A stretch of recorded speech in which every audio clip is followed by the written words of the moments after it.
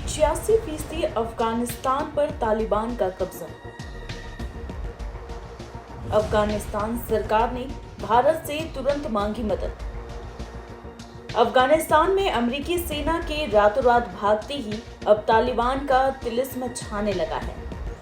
लोग आतंक के साए में जीने को मजबूर हो चुके हैं। तो अफगानिस्तान की सरकार ने आतंकवाद के खिलाफ लड़ाई में भारत, रूस और चीन से तुरंत सैन्य मदद मांगी है।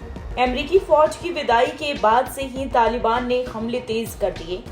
तालिबान ने दावा किया है कि उसके लड़ाकों ने देश के 85% हिस्से पर अपना नियंत्रण स्थापित कर लिया। अफगानिस्तान से अमेरिकी सेना की विदाई के साथ ही तालिबान और ज्यादा बेलगाम हो चुका है। तालिबान लगातार अफगानिस्तान के अलग अलग इलाकों पर कब्जा करता जा रहा है। 1/3 से ज्यादा हिस्सों पर तालिबान का कब्जा हो चुका है। स्थिति ये है कि अफगानिस्तान की आर्मी अब देश छोड़कर भाग रही है। अफगानिस्तान के लोग भी दूसरे देशों में शरण लेने की कोशिश कर रहे हैं, क्योंकि तालिबान अब अपना संविधान लागू करने लगा है, जिससे हजारों लोगों की जान खतरे में पड़ सकती है। अमेरिकी राष्ट्रपति जो बाइडेन ने अफगानिस्तान में बचे हुए सैनिकों की वापसी के लिए 11 सितंबर 2021 की डेडलाइन निश्चित की हुई है, जिसके बाद अफगानिस्तान को अपनी सुरक्षा के लिए खुद की सेना के भरोसे रहना पड़ेगा। अमेरिका पिछले 20 साल में अफगानिस्तान में सैनिकों की मौजूदगी पर $2 ट्रिलियन का खर्च कर चुका है। इस दौरान तालिबान के साथ जंग में 2300 अमेरिकी सैनिकों और 1.5 लाख से ज्यादा अफगान नागरिकों की मौत हो चुकी है। इतना खर्च और कुर्बानी के बाद भी अमेरिका अपने घोषित दुश्मन तालिबान को हरा नहीं पाया। इसके ठीक उलट डोनाल्ड ट्रंप प्रशासन ने तो तालिबान के साथ शांति समझौता कर लिया था। अमेरिकी फौज की वापसी का ऐलान करते हुए राष्ट्रपति जो बाइडेन ने भारत और चीन समेत आसपास के शक्तिशाली देशों को अफगानिस्तान में अपनी भूमिका बढ़ाने का निमंत्रण दिया। पर सबसे बड़ी बात यह है कि जिस तालिबान को दुनिया की सबसे बड़ी महाशक्ति होने का दंभ भरने वाला अमेरिका नहीं हरा पाया, वहां बाकी देश क्या कर पाएंगे। सवाल यह भी उठ रहा है कि अफगानिस्तान में अमेरिका की जगह लेने के लिए भारत कितना तैयार है। 85% अफगानिस्तान पर तालिबान का कब्जा। मॉस्को में आयोजित शांति सम्मेलन में बोलते हुए तालिबान के एक शीर्ष नेता शहाबुद्दीन दिलावर ने घोषणा करते हुए कहा कि आप और पूरे विश्व समुदाय ने शायद हाल ही में देखा है कि अफगानिस्तान का 85% क्षेत्र हमारे नियंत्रण में आ गया है।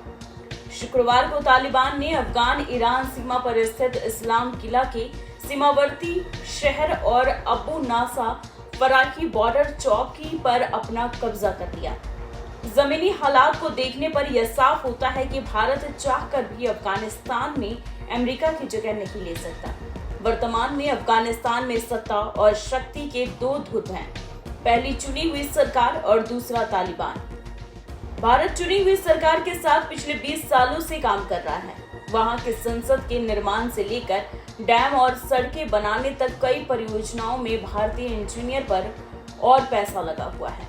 लेकिन तालिबान के साथ भारत का कभी भी रिश्ता नहीं रहा। भारत सरकार और राजनीतिकारों की नजर अफगानिस्तान से अमेरिकी फौज की वापसी के बाद पैदा होने वाली परिस्थितियों पर टिकी हुई है। अगर तालिबान को भारत के साथ अच्छे संबंध बनाने की इच्छा होगी तो उसके पाकिस्तान के साथ रिश्तों में कड़वाहट आ सकती है।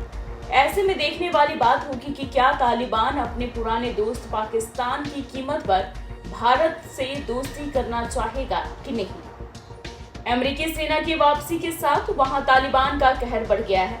नौबत यहां तक आ गई है कि अफगानिस्तान के 1500 सरकारी सैनिक पड़ोसी देश ताजिकिस्तान भाग गए हैं। बगराम सहित 7 हवाई अड्डों को खाली करते वक्त अमेरिकी सैनिकों ने सरकार को खबर तक नहीं की।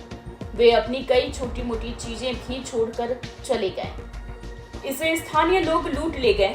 भारत ने अफगानिस्तान के इंफ्रास्ट्रक्चर में काफी बड़ा निवेश किया है। यह करीब $3 अरब का है। अफगानिस्तान में बिगड़े हालात पर विदेश मंत्री एस जयशंकर ने चिंता जताई है। मॉस्को में उन्होंने कहा कि अफगानिस्तान पर किसका शासन हो, इसे नजरअंदाज न किया जाए।